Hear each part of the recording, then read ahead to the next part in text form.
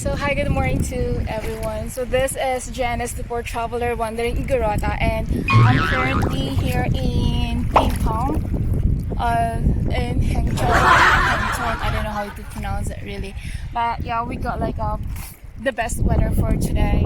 We can go snorkeling, and we can do other water sports stuff. So yeah, the weather is perfect, and the water is just so clear, right? It's clear as crystal, as you can see.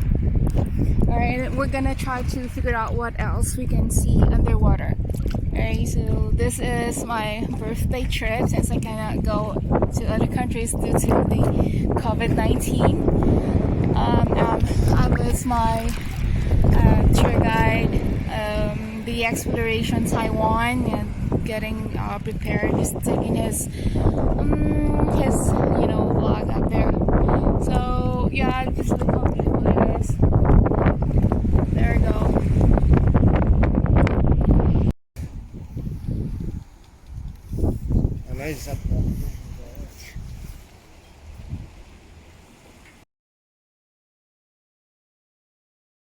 Alright, so we're currently going underwater sightseeing. So there's a lot of fishes I've seen even in the shallow.